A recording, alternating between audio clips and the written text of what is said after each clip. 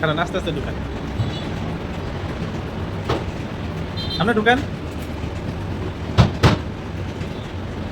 বাতিজা আমার আল হাসানি, বাতিজার ভিতরে আছে মারফতের খনি।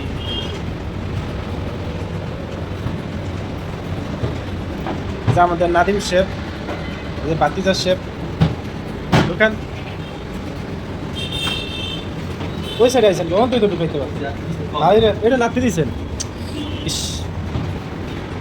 প্রিয় আপন বন্ধুরা, আপনারা এরকম ধরনের ভিডিও চান, আপনারা আমাদের কমেন্ট বক্সে জানিয়ে দিবেন। সাবস্ক্রাইব করে আমাদের এই চ্যানেলের সদস্য হয়ে যাবেন।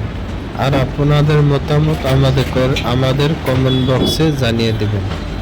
আলহামদুলিল্লাহ রাব্বিল আলামিন।